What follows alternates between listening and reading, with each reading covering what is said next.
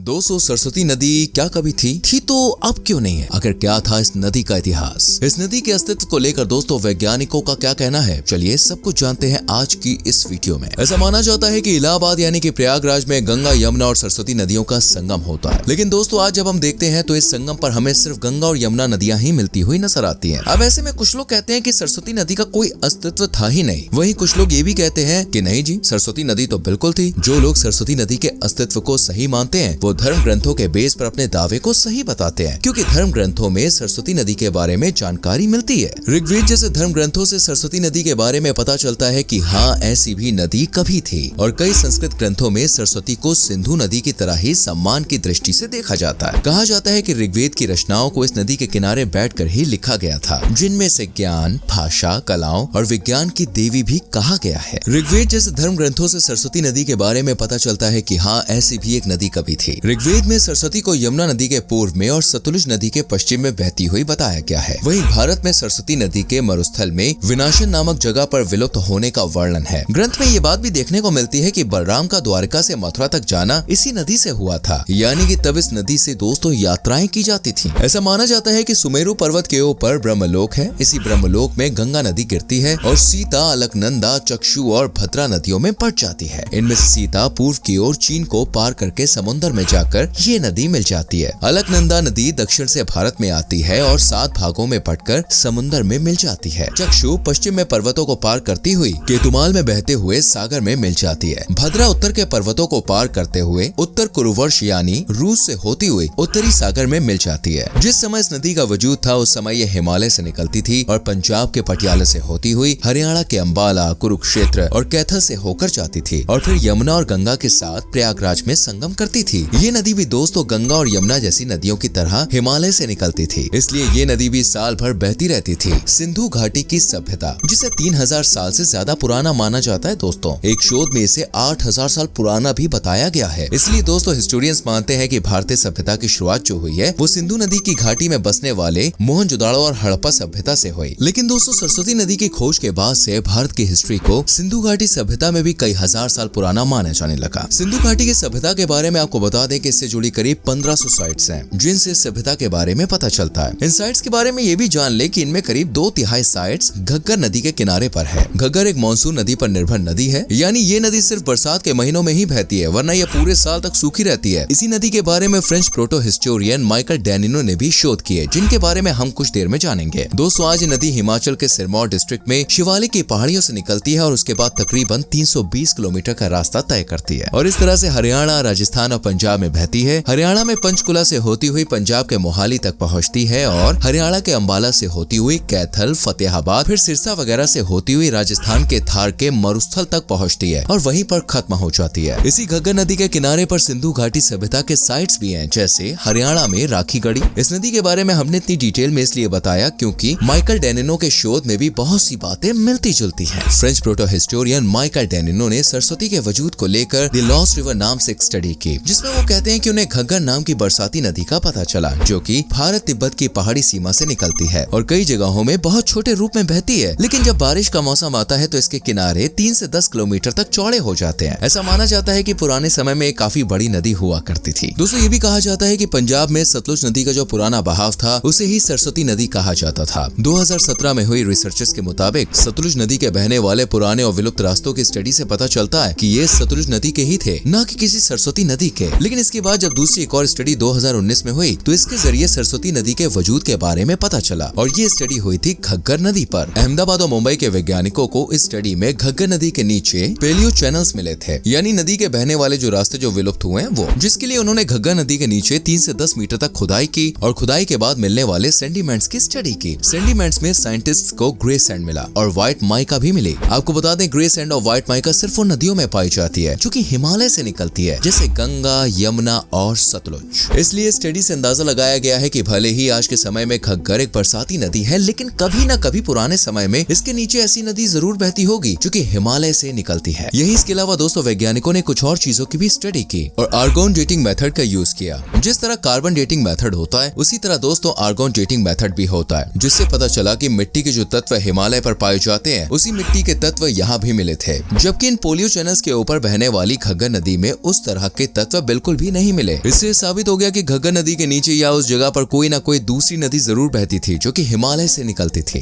सरस्वती नदी को लेकर दोस्तों हुई स्टडीज में ऐसा कहा गया है कि ये नदी करीब 4000 ईसा पूर्व के बीच सूखने लगी और जियोग्राफिकल चैलेंजेस के चलते तकरीबन 2000 साल पहले ये नदी पूरी तरह से विलुप्त हो गई। वही शोध में 5000 साल से पहले इस नदी के बारे में कहा गया है कि उस समय इसमें यमुना और सतलुज नदियां भी मिलती थी। उसके बाद पंजाब की दूसरी नदियां वगैरह के साथ और घग्गर नदी के साथ ये मिल जाती थी, जिसके बाद ये राजस्थान और बहावलपुर से बहते हुए कच्छ के रण में गायब हो गए। थार के मरुस्थल में हुए दोस्तों कुछ शोधों में वहाँ ताजे पानी के कुछ रिसोर्सेज भी मिले हैं। इसी तरह जैसलमेर में भी ग्राउंड वाटर सिर्फ 50 से 60 मीटर की गहराई पर मिल जाता है, जबकि किसी भी एरिया में ग्राउंड वाटर की अवेलेबिलिटी इस बात पर डिपेंड करती है कि वहाँ बारिश कितनी होती है। और जैसलमेर के मामले में जान के आपको हैरानी होगी कि वहाँ बारिश तो बहुत कम होती है, लेकिन ग्राउंड वाटर फिर भी कम गहराई पर पाया जाता है। यहाँ के कुओं वगैरह की बात की जाए तो साल भर बेहद गर्मी का सामना करने वाले जैसलमेर में कुओं का पानी कभी भी सूखता नहीं है। ऐसा माना जाता है कि जिस समय सरस्वती का वजूद था तब यहाँ उसी की वजह से लोगों को पानी मिलता था, और उसके बाद जब सरस्वती नदी गायब हो गई तो उसका पानी ग्राउंड वाटर की फॉर्म में रह गया। वहीं शोध बताते हैं कि रेत के टीलों के नीचे जिन वाटर रिसोर्सेज के बारे में पता चला उसका पानी भी करीब 1000 साल पुराना है। इसके साथ ही वैज्ञानिक ये भी मानते हैं कि जिन वाटर रिसोर्सेज के बारे में पता चला हो सकता है कि वो रिसोर्सेज गायब हुई सरस्वती नदी के ऊपर मौजूद हो। वहीं जैसा कि हमने आपको बताया, सरस्वती नदी पंजाब के पटियाला से होती हुई हरियाणा के अंबाला, कुरुक्षेत्र और कैथल से होती हुई यमुना नदी और गंगा के साथ प्रयागराज में संगम करती थी। इसलिए पुराने समय में इस नदी के जरिए बड़े लेवल पर यात्राएं और व्यापार भी किया जाता था। लेकिन जैसा कि हम जानते हैं नदियां अपने रास्ते बदलती रहती हैं, तो सरस्वती के मामले में भी कुछ इसी तरह की कंडीशंस क्रिएट हुए। उत्तर भारत में आए बड़े भूकंपों के चलते उत्तर भारत में बहुत से बड़े जियोग्राफिकल बदलाव आए, जिसके चलते सरस्वती के भी जितने पुराने रूट थे जहाँ जहाँ से सरस्वती नदी बहती थी वो सभी बदल गए। इसके बाद धीरे धीरे ये नदी गायब हो गई। इसी तरह सरस्वती नदी के गायब होने के पीछे पृथ्वी में हुए इंटरनल चेंजेस को भी वजह माना जाता है, जिसके चलते सरस्वती का पानी धीरे धीरे भूमि रिसाव के चलते जमीन के अंदर बड़ी मात्रा में गया और ग्राउंड वाटर की फॉर्म में चेंज हो गया, और इसी तरह सरस्वती धीरे धीरे धरातल से गायब हो गई। इसके बाद दोस्तों उस समय की ज्यादातर सभ्यताओं पर इसका असर पड़ा, जैसे इस वजह से 2200 ईसा पूर्व की मेसोपोटामिया की समुराई सभ्यता धीरे धीरे पूरी तरह से खत्म हो गई। यही नहीं, बचा हुआ मिस्र भी पूरी तरह से खत्म हो गया। माइकल डेनिनो के मुताबिक जब ये नदी खत्म हुई तो राजस्थान के बड़े हिस्से को पानी नहीं मिल सका, जिसके चलते राजस्थान का बड़ा हिस्सा धीरे धीरे बंजर हो गया। कुछ पुराने नक्शे के जरिए ऐसा पता चलता है कि सरस्वती नदी सिंधु नदी के रास्ते के आसपास ही बहा करती थी। लेकिन जो सवाल लोगों के बीच में घूमता रहता है कि सरस्वती नदी गंगा में मिलती थी या नहीं, इसके बारे में देखिए कोई भी पुख्ता जानकारी नहीं मिली है। जैसा कि हमने आपको बताया कि पुराने समय में कुछ बड़े भूकंपों की वजह से उत्तर भारत की भौगोलिक स्थिति में काफी बदलाव हुए। इसलिए दोस्तों सरस्वती नदी का जब रास्ता चेंज हुआ और इस पर प्रभाव पड़ा तो सरस्वती नदी की कुछ जगह यमुना के साथ मिल गई और कहा जाए तो यमुना के रूप में बहने लगी। सरस्वती का बाकी हिस्सा धीरे धीरे भूमिगत हो गया और इस तरह सरस्वती नदी का अस्तित्व खत्म हो गया। तो दोस्तों ये था सरस्वती नदी का इतिहास, जिससे जुड़ी सभी तरह की प्राचीन मान्यताओं, प्राचीन ग्रंथों और वैज्ञानिक तथ्यों को हमने आपके सामने रखा। वैसे आपको क्या लगता है, सरस्वती नदी सच में मौजूद थी या फिर नहीं? कमेंट में जरूर बताना। वीडियो को लाइक और शेयर भी करना और हमारे पेज को फॉलो करना।